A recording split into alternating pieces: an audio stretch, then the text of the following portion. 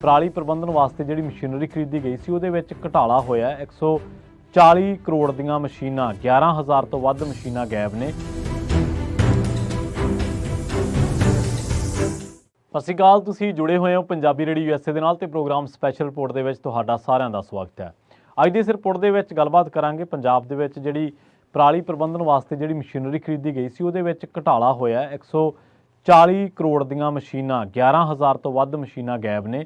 ਤੇ ਹੁਣ ਜਦੋਂ ਇਹਦੀ ਜਾਂਚ ਚੱਲੀ ਤੇ ਤਕਰੀਬਨ 900 ਅਫਸਰਾਂ ਨੂੰ ਮੁਲਾਜ਼ਮਾਂ ਨੂੰ ਖੇਤੀ ਮਹਿਕਮੇ ਦੇ ਉਹਨਾਂ ਨੂੰ ਨੋਟਿਸ ਗਏ ਨੇ ਜਾਂਚ ਦੇ ਵਿੱਚ ਸ਼ਾਮਲ ਹੋਣ ਦੇ ਲਈ ਜਾਂ ਸਹਿਯੋਗ ਦੇ ਲਈ ਜਾਂ ਕਾਰਨ ਦੱਸੋ ਨੋਟਿਸ ਕੀ ਦੱਸੋ ਕਿ ਕਿਵੇਂ ਆ। ਹੁਣ ਦੇਖੋ ਜੇਕਰ ਆਪਾਂ ਆਮ ਨੋਰਮਲ ਕਿਸੇ ਤੇ ਵੀ ਦੋਸ਼ ਲੱਗਦਾ ਤਾਂ ਉਹ ਬੰਦਾ ਕਹਿੰਦਾ ਕਿ ਮੈਂ ਇਹ ਕੰਮ ਨਹੀਂ ਕੀਤਾ, ਇਹ ਥੋੜਾ ਕਿ ਉਹ ਬੰਦਾ ਕੰਮਕਾਰ ਠੱਪ ਕਰ ਦਿੰਦਾ ਜਾਂ ਸਰਕਾਰ ਦਾ ਕੋਈ ਵਿੰਗ ਹੈ। ਪਰ ਅਸਲ ਦੇ ਵਿੱਚ ਜਦੋਂ ਤੋਂ ਕਾਰਨ ਦੱਸੋ ਨੋਟਿਸ ਗਏ ਉਹ ਤੋਂ ਮੁਲਾਜ਼ਮ ਜਥੇਬੰਦੀਆਂ ਜਿਹੜੀਆਂ ਨੇ ਉਹ ਇੱਕ ਵਾਰ ਫਿਰ ਤੋਂ ਸਰਕਾਰ ਦੇ ਨਾਲ ਟਕਰਾਅ ਦੇ ਮੋੜ ਦੇ ਵਿੱਚ ਨਜ਼ਰ ਆ ਰਹੀਆਂ ਨੇ, ਕਿਉਂਕਿ ਉਹਨਾਂ ਨੇ ਹੜਤਾਲ ਸ਼ੁਰੂ ਕਰ ਦਿੱਤੀ ਹੈ। ਅਸਲ ਦੇ ਵਿੱਚ ਕਾਰਨ ਦੱਸੋ ਨੋਟਿਸਾਂ ਦੇ ਖਿਲਾਫ ਰੋਸ ਪ੍ਰਦਰਸ਼ਨ ਸ਼ੁਰੂ ਕੀਤੇ ਆ ਬਠਿੰਡਾ ਤੇ ਪਟਿਆਲਾ ਦੇ ਵਿੱਚ, ਤੇ ਉਹ ਕਹਿੰਦੇ ਕਿ ਹੋਰਨਾਂ ਜ਼ਿਲ੍ਹਿਆਂ ਦੇ ਵਿੱਚ ਅਸੀਂ ਪ੍ਰਦਰਸ਼ਨ ਜਿਹੜੇ ਸ਼ੁਰੂ ਕਰਾਂਗੇ। ਪਰ ਜਿਹੜੀਆਂ ਤਾਜ਼ਾ ਖਬਰਾਂ ਜਦੋਂ ਆਪਾਂ ਇਸ ਰਿਪੋਰਟ ਨੂੰ ਰਿਕਾਰਡ ਕਰ ਰਹੇ ਹਾਂ ਤਾਂ ਉਹ ਕਹਿੰਦੇ ਕਿ ਖੇਤੀਬਾੜੀ ਮੁਲਾਜ਼ਮ ਜੁਆਇੰਟ ਐਕਸ਼ਨ ਕਮੇਟੀ ਬਣ ਗਈ ਹੈ। ਇਹਦੇ ਸੱਦੇ ਤੇ ਖੇਤੀ ਵਿਭਾਗ ਦੇ ਮੁਲਾਜ਼ਮਾਂ ਨੇ 3 ਦਿਨਾਂ ਹੜਤਾਲ ਦੇ ਮੱਦੇਨਜ਼ਰ ਦੂਜੇ ਦਿਨ ਵੀ ਪੰਜਾਬ ਦੇ ਵਿੱਚ ਧਰਨੇ ਦਿੱਤੇ। ਜਥੇਬੰਦੀ ਦੇ ਆਗੂਆਂ ਦਾ ਕਹਿਣਾ ਕਿ ਇਸ ਸੰਬੰਧੀ ਸਾਰੀ ਪੜਤਾਲ ਕਰਕੇ ਖੇਤੀ ਵਿਭਾਗ ਦੇ ਮੁਲਾਜ਼ਮਾਂ ਨੇ ਉੱਚ ਅਧਿਕਾਰੀਆਂ ਨੂੰ ਭੇਜੀ ਹੈ, ਤਾਂ ਅਧਿਕਾਰੀਆਂ ਵੱਲੋਂ ਕਰੀਬ 900 ਮੁਲਾਜ਼ਮਾਂ ਨੂੰ ਨੋਟਿਸ ਜਾਰੀ ਕੀਤਾ ਗਿਆ। ਉਹਨਾਂ ਕਿਹਾ ਕਿ ਆਉਂਦੇ ਦਿਨਾਂ ਦੇ ਵਿੱਚ ਸੰਘਰਸ਼ ਹੋਰ ਤੇਜ਼ ਕਰਾਂਗੇ। ਤੇ ਨਾਲ ਹੀ ਅਧਿਕਾਰੀ ਇਹ ਵੀ ਆਖਦੇ ਆ ਕਿ ਲਾਭਪਾਤਰੀ ਮਸ਼ੀਨਰੀ ਵਾਸਤੇ ਆਨਲਾਈਨ ਪੋਰਟਲ ਦੇ ਰਾਹੀਂ ਅਰਜ਼ੀਆਂ ਦਿੰਦੇ ਸਨ ਤੇ ਡਰਾ ਸੀ ਕੱਢ ਦਿੰਦੇ ਸੀ, ਸਾਡਾ ਕੋਈ ਲੈਣਾ ਦੇਣਾ ਨਹੀਂ ਹੈ। ਸਭ ਤੋਂ ਬੇਸਿਕ ਸਵਾਲ ਕਿ ਜੇਕਰ ਤੁਸੀਂ ਕੋਈ ਘਪਲਾ ਹੀ ਨਹੀਂ ਕੀਤਾ ਤੇ ਤੁਸੀਂ ਹੜਤਾਲ ਕਾਹਦੀ ਕਰ ਰਹੇ ਹੋ? ਤੁਸੀਂ ਸਰਕਾਰ ਦੇ ਨਾਲ ਜਾਂਚ ਦੇ ਵਿੱਚ ਸਹਿਯੋਗ ਕਰੋ ਤੇ ਉਸ ਤੋਂ ਬਾਅਦ ਜੇਕਰ ਤੁਹਾਨੂੰ ਲੱਗਦਾ ਹੈ ਕਿ ਸਾਡੇ ਨਾਲ ਕੋਈ ਵਧੀਕੀ ਹੋ ਗਈ ਤੇ ਤੁਹਾਡੇ ਕੋਲੇ ਵੀ ਕਾਨੂੰਨ ਦੀਆਂ ਬਰਾਬਰ ਆਪਸ਼ਨਾਂ ਨੇ, ਤੁਹਾਡੇ ਕੋਲੇ ਵੀ ਮੁਕੱਦਮੇ ਨੇ, ਤੁਹਾਡੇ ਕੋਲੇ ਵੀ ਅਦਾਲਤਾਂ ਨੇ, ਤੁਸੀਂ ਵੀ ਜਾਂਚ ਦੀ ਮੰਗ ਸਰਕਾਰ ਤੋਂ ਕਰ ਸਕਦੇ ਹੋ। ਅਸਲ ਦੇ ਵਿੱਚ ਪੂਰਾ ਘਾਲਾ ਮਾਲਾ ਕੀ ਹੈ ਤੇ ਇਹਦੇ ਕਰਕੇ ਇਹ ਜਿਹੜੇ ਅਫਸਰ ਨੇ ਹੜਤਾਲ ਤੇ ਟਕਰਾਅ ਤੇ ਕਿਉਂ ਨੇ, ਇਹਦੇ ਬਾਰੇ ਵਿਸਥਾਰ ਦੇ ਵਿੱਚ ਜਾਣ ਤੋਂ ਪਹਿਲਾਂ ਆਪਾਂ ਸਰਕਾਰ ਤੇ ਅਫਸਰਾਂ ਦੀ ਟਸਲ ਦੇ ਬਾਰੇ ਗੱਲ ਕਰਦੇ ਹਾਂ। ਤੁਹਾਨੂੰ ਯਾਦ ਹੋਣਾ ਜਦੋਂ ਪਟਵਾਰੀਆਂ ਦੇ ਉੱਤੇ ਸਖਤੀ ਸਰਕਾਰ ਨੇ ਕੀਤੀ ਸੀ ਤਾਂ ਉਦੋਂ ਪਟਵਾਰੀ ਟਕਰਾਅ ਦੇ ਮੋੜ ਦੇ ਵਿੱਚ ਨਜ਼ਰ ਆ ਗਏ। ਹੁਣ ਜਿਹੜਾ ਪਟਵਾਰੀ ਜਿਹਦੇ ਬਾਰੇ ਕਿਹਾ ਜਾਂਦਾ ਉਹ ਬੰਦਾ ਕਰੋੜਾਂਪਤੀ ਨਿਕਲਿਆ ਔਰ ਉਹਨੇ ਸਾਰਾ ਜਿਹੜਾ ਇਹ ਕੰਮਕਾਰ ਸੀ, ਸਾਰਾ ਜਿਹੜਾ ਇਹ ਮਤਲਬ ਜੋ ਬਣਾਇਆ ਸੀ, ਜਿੰਨੇ ਕਈ ਕਿੱਲੇ ਪੈਲੀ ਉਹਨੇ ਬਣਾਈ ਤੇ ਉਹਦੇ ਸਾਰੀ ਟਨਿਓਰ ਦੇ ਵਿੱਚ ਹੀ ਬਣਾਈ। ਹੁਣ ਜੇ ਕੋਈ ਆਮ ਮੁਲਾਜ਼ਮ ਜਿਹਦੀ 60-70 ਹਜ਼ਾਰ ਤਨਖਾਹ, ਉਹ ਕੋਈ ਥੋੜ੍ਹੋ 70-75 ਕਿੱਲੇ ਪੈਲੀ ਜਾਂ 50-55 ਜਿੰਨੀ ਵੀ ਪੈਲੀ ਹੈ ਉਹ ਤਾਂ ਨਾਲ ਦੀਆਂ 2 ਕਨਾਲਾਂ ਨਹੀਂ ਲੱਗਦੀਆਂ ਲੈ ਸਕਦਾ, ਉਹ ਤਾਂ ਕਿੱਲੇ ਤਾਂ ਬਹੁਤ ਦੂਰ ਦੀ ਗੱਲ ਹੈ। ਪਰ ਹੁਣ ਇੱਥੇ ਵੀ ਜਿਹੜੀ ਇਹ ਮੁਲਾਜ਼ਮ ਜਥੇਬੰਦੀਆਂ ਨੇ ਟਕਰਾਅ ਦੇ ਮੋੜ ਦੇ ਵਿੱਚ ਨਜ਼ਰ ਆ ਰਹੀਆਂ।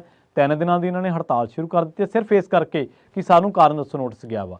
ਤੁਸੀਂ ਸਰਕਾਰ ਦੇ ਮੁਲਾਜ਼ਮ ਹੋ, ਤੁਸੀਂ ਜੇਕਰ ਕੋਈ ਕੰਮ ਨਹੀਂ ਗਲਤ ਕੀਤਾ ਤਾਂ ਤੁਹਾਨੂੰ ਹੜਤਾਲਾਂ ਕਰਨ ਦੀ ਕੀ ਲੋੜ ਹੈ? ਸਰਕਾਰ ਆਪੇ ਜਾਂਚ ਕਰੂਗੀ, ਜਿਹੜੀ ਜਾਂਚ ਦੇ ਵਿੱਚ ਜੇ ਕੁਝ ਗਲਤ ਕੀਤਾ ਹੀ ਨਹੀਂ ਤੇ ਜਿਹੜਾ ਦੋਸ਼ੀ ਹੋਇਆ ਉਹ ਆਪੇ ਕਾਨੂੰਨ ਦੇ ਵਿੱਚ ਸਜ਼ਾ ਦਾ ਭਾਗੀਦਾਰ ਬਣੂਗਾ। ਤੁਹਾਨੂੰ ਤੇ ਇਸ ਮਾਮਲੇ ਦੇ ਵਿੱਚ ਸਰਕਾਰ ਦੇ ਨਾਲ ਆਡਾ ਵਿੱਢਣ ਦੀ ਲੋੜ ਨਹੀਂ ਹੈ। ਹੁਣ ਜਿਹੜਾ ਦੂਜਾ ਪਹਿਲੂ ਹੈ ਉਹ ਇਹ ਕਹਿੰਦਾ ਕਿ ਕਈ ਅਫਸਰ ਜਿਹੜੇ ਕਿ ਕਾਂਗਰਸ ਦੀਆਂ ਸਰਕਾਰਾਂ ਵੇਲੇ, ਕਾਂਗਰਸੀ ਸਰਕਾਰ ਵੇਲੇ ਹੋਇਆ ਸਾਰਾ ਕੁਝ, ਮਤਲਬ ਹੁਣ ਤਾਂ ਹੌਲੀ ਹੌਲੀ ਗੱਲਾਂ ਨਿਕਲ ਕੇ ਆ ਰਹੀਆਂ ਨੇ, ਉਹਨਾਂ ਨੇ ਇਹ ਚੀਜ਼ਾਂ ਦੇ ਵਿੱਚ ਕੁਝ ਟੈਕਨੀਕਲੀ ਸ਼ਰਾਰਤਾਂ, ਘਤਿੱਤਾਂ, ਵਹਿਬਤਾਂ, ਚਲਾਕੀਆਂ ਕੀਤੀਆਂ ਜਿਹਦੇ ਕਰਕੇ ਹੁਣ ਦੋਸ਼ੀ ਜਿਹੜੀ ਗਾਜ਼ ਹੈ ਜਾਂ ਦੋਸ਼ੀ ਗਰਦਾਨੇ ਜਾ ਸਕਦੇ ਆ ਉਹ ਹੈ ਹੇਠਲੇ ਤਬਕੇ ਦੇ ਅਫਸਰ ਕਹਿ ਲਓ ਜਾਂ ਮੁਲਾਜ਼ਮ ਕਹਿ ਲਓ। ਹੁਣ ਇੱਕ ਤਾਂ ਉੱਪਰਲੀ ਪੋਸਟ ਦਾ ਅਫਸਰ ਹੈ ਜਿਹਦੀ ਮੰਤਰੀ ਨਾਲ, ਜਿਹਦੀ ਮੁੱਖ ਮੰਤਰੀ ਨਾਲ ਵੀ ਕਦੇ ਮੋਢਾ ਖਹਿ ਜਾਂਦਾ, ਕਦੇ ਗੱਲਬਾਤ ਮੀਟਿੰਗਾਂ ਦੇ ਵਿੱਚ ਹੋ ਜਾਂਦੀ ਹੈ। ਪਰ ਹੁਣ ਇੱਕ ਹੇਠਲੇ ਤਬਕੇ ਦੇ ਮੁਲਾਜ਼ਮ ਜਿਹੜੇ ਜ਼ਿਲ੍ਹਾ ਦਫ਼ਤਰਾਂ ਦੇ ਵਿੱਚ ਬੈਠੇ ਨੇ, ਰਿਪੋਰਟਾਂ ਬਣਾਉਂਦੇ ਨੇ ਜਾਂ ਆਪਦਾ ਹੋਰ ਕਲੈਰੀਕਲ ਕੰਮਕਾਰ ਕਰਦੇ ਨੇ। ਹੁਣ ਉਹ ਅਫਸਰ ਕਿਹੜਾ, ਇਹਦੇ ਬਾਰੇ ਤਾਂ ਹਾਲੇ ਤੱਕ ਕੁਛ ਨਹੀਂ ਨਿਕਲਿਆ। ਇਹ ਤਾਂ ਸਿਰਫ ਚਰਚਾਵਾਂ ਨੇ। ਚਰਚਾਵਾਂ ਨੂੰ ਆਪਾਂ ਹੋਰ ਅੱਗੇ ਵਧਾ ਨਹੀਂ ਸਕਦੇ ਕਿਉਂਕਿ ਹਾਲੇ ਸਿਰਫ ਇਹ ਚਰਚਾ ਹੀ ਹੈ। ਇਹਦਾ ਆਧਾਰ ਕੀ ਹੈ ਇਹਦੇ ਬਾਰੇ ਹਜੇ ਕੁਛ ਨਹੀਂ ਕਿਹਾ ਜਾ ਸਕਦਾ। ਪਰ ਹਾਂ, ਇਹ ਪੂਰਾ ਮਾਮਲਾ ਕੀ ਹੈ ਇਹ ਜਾਣਨਾ ਬੜਾ ਜ਼ਰੂਰੀ ਹੈ ਤੇ ਇਹ ਬੜਾ ਦਿਲਚਸਪ ਮਾਮਲਾ ਕਿਉਂਕਿ ਇਸ ਮਾਮਲੇ ਦੇ ਵਿੱਚ ਜਿਹੜੀ ਕੇਂਦਰ ਸਰਕਾਰ ਤੋਂ ਸਬਸਿਡੀ ਆਉਂਦੀ ਸੀ ਉਹਦੇ ਵਿੱਚੋਂ ਤਕਰੀਬਨ 140 ਕਰੋੜ ਰੁਪਈਆ ਗੈਬ ਜਾਂ ਉਹਦੀਆਂ 11000 ਤੋਂ ਵੱਧ ਮਸ਼ੀਨਾਂ, ਤਕਰੀਬਨ ਇਹਦੀ ਜਿਹੜੀ ਗਿਣਤੀ ਬਣਦੀ ਹੈ 11275 ਜਿਹੜੀਆਂ ਕਿ ਟੋਟਲ ਮਸ਼ੀਨਾਂ ਦਾ 13% ਬਣਦੀਆਂ, ਇਹ ਗੈਪ ਪਾਈਆਂ ਗਈਆਂ।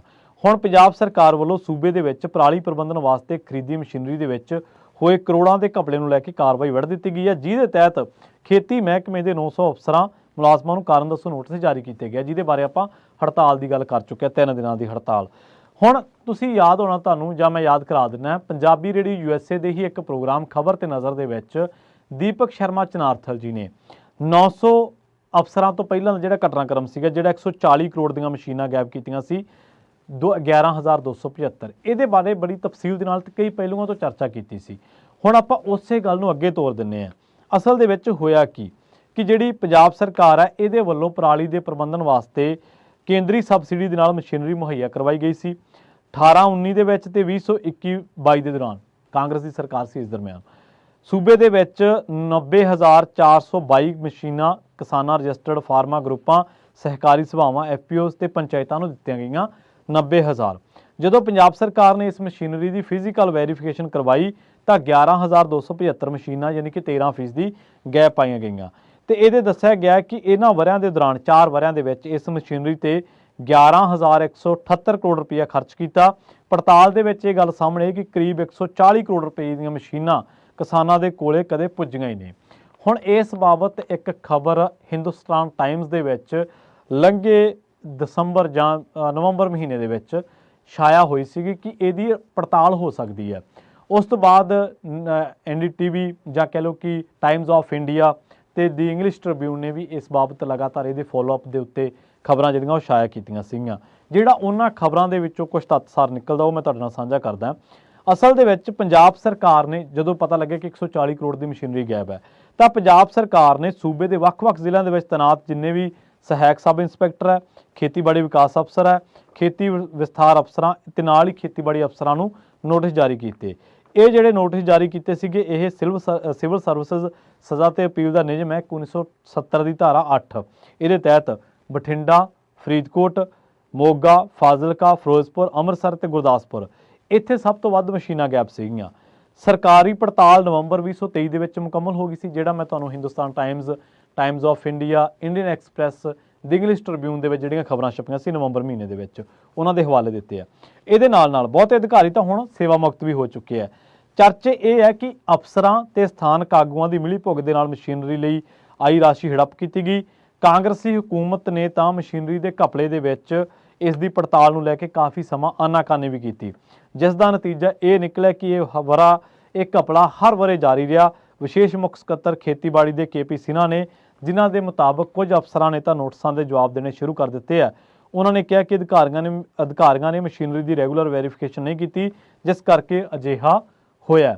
ਮਤਲਬ ਕਿ ਕੇਂਦਰ ਸਰਕਾਰ ਨੇ ਸਬਸਿਡੀ ਦਿੱਤੀ ਜਾਂ ਕੇਂਦਰ ਸਰਕਾਰ ਨੇ 11,170 ਕਰੋੜ ਰੁਪਇਆ ਦਿੱਤਾ, ਉਹਦੇ ਵਿੱਚੋਂ ਪੰਜਾਬ ਸਰਕਾਰ ਨੇ ਮਸ਼ੀਨਰੀ ਦੇਣੀ ਸੀ ਜਿਹਦੀ ਡਿਊਟੀ ਲਾਈ ਗਈ ਸੀ, ਜਿਹਦੇ ਉੱਤੇ ਸਬ ਇੰਸਪੈਕਟਰਾਂ, ਖੇਤੀਬਾੜੀ ਵਿਕਾਸ ਅਫਸਰਾਂ, ਖੇਤੀ ਵਿਸਥਾਰ ਅਫਸਰਾਂ ਤੇ ਕੁਝ ਖੇਤੀਬਾੜੀ ਅਫਸਰਾਂ ਦੀ ਡਿਊਟੀ ਲੱਗੀ ਸੀ ਇਸ ਮਸ਼ੀਨਰੀ ਨੂੰ ਪਰਾਲੀ ਦਾ ਪ੍ਰਬੰਧਨ ਕਰਨ ਵਾਸਤੇ। ਪਰ ਉਹਦੇ ਵਿੱਚੋਂ ਜਦੋਂ ਫਿਜ਼ੀਕਲ ਵੈਰੀਫਿਕੇਸ਼ਨ ਕੀਤੀ ਗਈ ਕਿ ਵਾਕਈ ਇਹ ਮਸ਼ੀਨਰੀ ਹੈਗੀ ਆ ਤਾਂ 11,000 ਤੋਂ ਵੱਧ ਮਸ਼ੀਨਾਂ ਗਾਇਬ ਪਾਈਆਂ ਗਈਆਂ। ਤਕਰੀਬਨ ਇਹ ਜੇ ਸਾਰੀਆਂ ਮਸ਼ੀਨਾਂ ਦੀ ਕੀਮਤ ਲਾ ਲਈਏ ਤਾਂ 140 ਕਰੋੜ 150 ਕਰੋੜ ਰੁਪਈਆ ਬਣਦੀ ਹੈ। ਤੇ ਇਹਦੇ ਬਾਬਤ ਹੁਣ 900 ਅਫਸਰਾਂ ਨੂੰ ਨੋਟਿਸ ਜਾਰੀ ਗਏ ਨੇ, ਜਿਨ੍ਹਾਂ ਦੇ ਵਿੱਚੋਂ ਕੁਝ ਨੇ ਤਾਂ ਜਿਹੜੇ ਨੋਟਿਸਾਂ ਦੇ ਜਵਾਬ ਆ ਉਹ ਦੇਣੇ ਸ਼ੁਰੂ ਕਰ ਦਿੱਤੇ ਨੇ। ਇਹਦਾ ਮਤਲਬ ਉਹ ਸਹੀ ਹੋਣਗੇ, ਇਹਦਾ ਮਤਲਬ ਕਿ ਉਹਨਾਂ ਨੂੰ ਲੱਗਦਾ ਕਿ ਸ਼ਾਇਦ ਸਾਨੂੰ ਰਿਪੋਰਟ ਦੇਣੀ ਚਾਹੀਦੀ ਹੈ ਔਰ ਉਹ ਰਿਪੋਰਟ ਉਹਨਾਂ ਨੂੰ ਦੇਣੀ ਚਾਹੀਦੀ ਹੈ। ਹੁਣ ਜਿਹੜੇ ਧਰਨੇ ਦੇ ਰਹੇ ਨੇ ਇਹਨਾਂ ਨੂੰ ਚਾਹੀਦਾ ਕਿ ਇਹ ਮੁਲਾਜ਼ਮ ਪੜਤਾਲਾਂ ਕਰਨ ਕਿ ਜਦੋਂ ਸਾਡੀ ਡਿਊਟੀ ਸੀ ਉਸ ਮਸ਼ੀਨਰੀ ਦੀ ਲਈ ਇਹ ਤੈਅ ਕਰਨ ਦੀ ਕਿ ਵਾਕਈ ਉਹ ਕਿਸਾਨ ਕੋਲੇ ਪਹੁੰਚੀ ਜਾਂ ਨਹੀਂ ਪਹੁੰਚੀ, ਅਸੀਂ ਉੱਥੇ ਕਤਾਈ ਕਿਉਂ ਕੀਤੀ। ਤੁਹਾਡਾ ਫਰਜ਼ ਬਣਦਾ ਸੀ ਨਾ ਕਿ ਜੇਕਰ ਮਸ਼ੀਨਰੀ ਕਿਸਾਨਾਂ ਤੱਕ ਨਹੀਂ ਪਹੁੰਚ ਰਹੀ ਤੇ ਉਹਦੀ ਰਕਮ ਐਡ ਕੀਤੀ ਜਾ ਰਹੀ ਹੈ ਉਸ ਰਕਮ ਦੇ ਵਿੱਚ ਜਾਂ ਉਹਦਾ ਭੁਗਤਾਨ ਦਿਖਾਇਆ ਜਾ ਰਿਹਾ ਤਾਂ ਕਿਉਂ ਦਿਖਾਇਆ ਜਾ ਰਿਹਾ, ਇਹ ਵੀ ਤਾਂ ਤੁਹਾਡਾ ਫਰਜ਼ ਸੀ। ਅੱਜ ਤੁਸੀਂ ਹੜਤਾਲਾਂ ਤੇ ਜ਼ਰੂਰ ਬੈਠੇ ਹੋ। ਔਰ ਜੋ ਦੂਜੀ ਜਿਹੜੀ ਗੱਲ ਹੈ ਇਹਦੇ 'ਚ ਤੁਸੀਂ ਸਰਕਾਰ ਨੂੰ ਗਲਤ ਨਹੀਂ ਕਹਿ ਸਕਦੇ, ਕਿਉਂਕਿ ਪਰਾਲੀ ਦੇ ਪ੍ਰਬੰਧਨ ਨੂੰ ਲੈ ਕੇ ਪਹਿਲਾਂ ਹੀ ਪੰਜਾਬ ਸਰਕਾਰ ਕਿਸਾਨੀ ਦੇ ਦਬਾਅ ਹੇਠ ਹੈ। ਕਿਉਂਕਿ ਤੁਹਾਨੂੰ ਪਤਾ ਹੋਣਾ ਬਠਿੰਡੇ ਦੇ ਵਿੱਚ ਇੱਕ ਵਾਰੀ ਕਿਸਾਨਾਂ ਨੇ ਇੱਕ ਖੇਤੀਬਾੜੀ ਅਫਸਰ ਨੂੰ ਉਹਦੇ ਹੱਥੀਂ ਅੱਗ ਲਵਾਤੀ ਸੀਗੀ ਤੇ ਉਸ ਤੋਂ ਬਾਅਦ ਹੋਇਆ ਕਿ ਕਿਸਾਨਾਂ ਤੇ ਸਰਕਾਰ ਦੇ ਦਰਮਿਆਨ ਟਕਰਾਅ ਹੋਇਆ, ਪਰਚੇ ਹੋਏ ਇੱਥੋਂ ਤੱਕ ਕਿ ਕਿਸਾਨਾਂ ਨੇ ਇੱਥੋਂ ਤੱਕ ਵੀ ਇਤਰਾਜ਼ ਕੀਤਾ ਕਿ ਜਿਹੜੇ ਨਸ਼ਾ ਸੁਦਾਗਰਾਂ ਤਸਕਰਾਂ ਦੇ ਅਸੀਂ ਤੁਹਾਨੂੰ ਨਾਂ ਦੇ ਕੇ ਆਉਣੇ ਆ, ਕਦੇ ਉਹਨਾਂ ਤੇ ਪਰਚਾ ਤੁਸੀਂ ਕੀਤਾ ਨਹੀਂ। ਜੇਕਰ ਖੇਤੀਬਾੜੀ ਅਫਸਰ ਤੋਂ ਅੱਗ ਲਗਵਾਤੀ ਤਾਂ ਉਹਦੇ ਤੁਸੀਂ ਬਾਈ ਨੇਮ ਤੇ ਮੁੱਖ ਮੰਤਰੀ ਨੇ ਕਿਹਾ ਕਿ ਅਸੀਂ ਇਹ ਬਰਦਾਸ਼ਤ ਨਹੀਂ ਕਰਾਂਗੇ ਤੇ ਕੁਝ ਹੀ ਘੰਟਿਆਂ ਦੇ ਵਿੱਚ ਸੈਂਕੜੇ ਦਰਜਨ ਕਿਸਾਨਾਂ ਨੂੰ ਫੜ ਲਿਆ ਸੀਗਾ। ਹਾਲਾਂਕਿ ਆਪਾਂ ਇੱਥੇ ਮੰਨਦੇ ਹਾਂ, ਇਹ ਗੱਲ ਆਪਾਂ ਖੁਦ ਵੀ ਕਹਿੰਦੇ ਰਹੇ ਹਾਂ ਕਿ ਕਿਸੇ ਅਫਸਰ ਤੋਂ ਹੱਥ ਫੜ ਕੇ ਉਹਨੂੰ ਅੱਗ ਲਵਾਉਣੀ ਇਹ ਬਹੁਤ ਗਲਤ ਕੰਮ ਹੈ। ਇਹ ਇਸ ਤਰ੍ਹਾਂ ਕਿਸੇ ਇਨਸਾਨ ਦੀ ਡਿਗਨਿਟੀ, ਉਹਦੀ ਜਿਹੜੀ ਆਪਣੀ ਇੱਕ ਸੈਲਫ ਰਿਸਪੈਕਟ ਹੈ ਉਹਦੇ ਵੀ ਉਲਟਾ ਜਾਂਦਾ। ਇਸ ਤਰ੍ਹਾਂ ਤੁਸੀਂ ਕਿਸੇ ਤੋਂ ਜ਼ਬਰੀ ਨਹੀਂ ਕੁਛ ਕਰਵਾ ਸਕਦੇ, ਤਾਂ ਫਿਰ ਭੀੜ ਤੰਤਰ ਹੋ ਗਿਆ। ਸੋ ਕਿਸਾਨਾਂ ਦੇ ਨਾਲ ਉਹ ਲੋਕਾਂ ਨੇ ਇਤਰਾਜ਼ ਵੀ ਕੀਤਾ ਕਿ ਤੁਹਾਡਾ ਕਦਮ ਗਲਤ ਸੀ, ਪਰ ਸਰਕਾਰ ਨੇ ਵੀ ਉਦੋਂ ਥੋੜ੍ਹੀ ਜਿਹੀ ਕਾਰਵਾਈ ਦੇ ਵਿੱਚ ਬਹੁਤ ਜ਼ਿਆਦਾ ਤੇਜ਼ੀ ਦਿਖਾਈ ਸੀਗੀ, ਥੋੜ੍ਹੀ ਨਹੀਂ ਗੀ। ਸੋ ਹੁਣ ਇਹ ਮਸਲਾ ਪੂਰਾ ਇੱਕ ਪਾਸੇ ਸਾਡਾ ਕਿਸਾਨ ਆ ਉਹਨੂੰ ਇਹ ਕਿਹਾ ਜਾ ਰਿਹਾ ਕਿ ਭਾਈ ਤੂੰ ਪਰਾਲੀ ਦਾ ਪ੍ਰਬੰਧਨ ਕਰ, ਤੇਰੀ ਪਰਾਲੀ ਕਰਕੇ ਧੂੰਆਂ ਹੁੰਦਾ ਤੇ ਧੂੰਆਂ ਦਿੱਲੀ ਤੱਕ ਜਾਂਦਾ, ਲੋਕਾਂ ਨੂੰ ਤੰਗ ਕਰਦਾ। ਪ੍ਰਦੂਸ਼ਣ ਇੱਕ ਮਸਲਾ ਹੈ, ਪਰ ਇਹਨਾਂ ਲੋਕਾਂ ਦਾ ਕੀ ਕਰੋਗੇ ਜਿਹੜੇ ਪਹਿਲਾਂ ਤਾਂ ਨਾ ਤਾਂ ਇਹਨਾਂ ਨੇ ਜਵਾਬਦੇਹੀ ਉਦੋਂ ਤੈਅ ਕੀਤੀ ਜਦੋਂ ਇਹਨਾਂ ਦਾ ਫਰਜ਼ ਸੀਗਾ ਕਿ ਫਿਜ਼ੀਕਲ ਵੈਰੀਫਿਕੇਸ਼ਨ ਆਪ ਹੀ ਕਰਦੇ ਕਿ ਮਸ਼ੀਨਰੀ ਪਹੁੰਚੀ ਹੈ ਕਿ ਨਹੀਂ ਪਹੁੰਚੀ। ਹੁਣ ਜਦੋਂ ਸਰਕਾਰ ਨੇ ਕਰਾ ਲਈ, ਹੁਣ ਇਹ ਧਰਨੇ ਮੁਜ਼ਾਹਰਿਆਂ ਤੇ ਅੜੇ ਖੜੇ ਨੇ। ਸੋ ਇਹ ਐਥਿਕਲੀ ਇਹ ਗੱਲ ਬਿਲਕੁਲ ਗਲਤ ਆ। ਜੇਕਰ ਤੁਸੀਂ ਸੱਚੇ ਹੋ, ਜੇਕਰ ਤੁਹਾਡੇ ਨਾਲ ਧੱਕਾ ਹੁੰਦਾ ਤਾਂ ਤੁਹਾਡੇ ਕੋਲੇ ਕਾਨੂੰਨ ਦੀਆਂ ਬਰਾਬਰ ਆਪਸ਼ਨਾਂ ਨੇ, ਪਰ ਜੇਕਰ ਤੁਸੀਂ ਸੱਚੇ ਹੋ ਤਾਂ ਤੁਸੀਂ ਜਾਂਚ ਦਾ ਸਾਹਮਣਾ ਕਰੋ ਤੇ ਆਪਣੇ ਆਪ ਨੂੰ ਨਿਰਦੋਸ਼ ਸਾਬਤ ਕਰੋ। ਸੋ ਇਹ ਪੰਜਾਬ ਦੀ ਪਰਾਲੀ, ਪੰਜਾਬ ਦਾ ਕਿਸਾਨ ਤਾਂ ਇੱਕ ਐਂਟੀ ਕਿਸਾਨ ਨੈਰੇਟਿਵ ਦੀ ਮਾਰ ਚੱਲਦਾ ਰਿਹਾ। ਕਿਸਾਨ ਨੂੰ ਤਾਂ ਲੋਕ ਕਹਿੰਦੇ ਰਹੇ ਕਿ ਤੂੰ ਪ੍ਰਬੰਧਨ ਨਹੀਂ ਕਰ ਰਿਹਾ, ਇਹ ਨਹੀਂ ਕਰ ਰਿਹਾ, ਪਰ ਲੋਕਾਂ ਨੂੰ ਕੀ ਪਤਾ ਕਿ ਵਾੜ ਹੀ ਖੇਤ ਨੂੰ ਖਾ ਰਹੀ ਹੈ। ਲੋਕਾਂ ਨੂੰ ਕੀ ਪਤਾ ਕਿ ਅਜਿਹੀ ਨਲਾਇਕ ਭ੍ਰਿਸ਼ਟ ਅਫਸਰਸ਼ਾਹੀ ਦੇ ਵੱਸੇ ਧੱਕੇ ਕਿਸਾਨ ਚੜਿਆ ਹੋਇਆ, ਜਿਹਦੇ ਕਰਕੇ ਹੁਣ ਉਹਨੂੰ ਮਸ਼ੀਨਰੀ ਧੱਕੀ ਮਿਲਣੀ ਸੀ, ਉਲਟਾ ਜਿਹੜਾ ਉਹਦੇ ਰਕਮ ਆ ਰਹੀ ਹੈ ਕੇਂਦਰ ਸਰਕਾਰ ਦੇ ਰਹੀ ਹੈ, ਉਹ ਵੀ ਰਕਮ ਦਾ ਉਹ ਲਾਭਪਾਤਰੀ ਅਸਲ ਦੇ ਵਿੱਚ ਨਹੀਂ ਬਣ ਰਿਹਾ। ਬਹੁਤ ਬਹੁਤ ਧੰਨਵਾਦ। ਜਲਦ ਮਿਲਾਂਗੇ ਇੱਕ ਹੋਰ ਨਵੀਂ ਰਿਪੋਰਟ।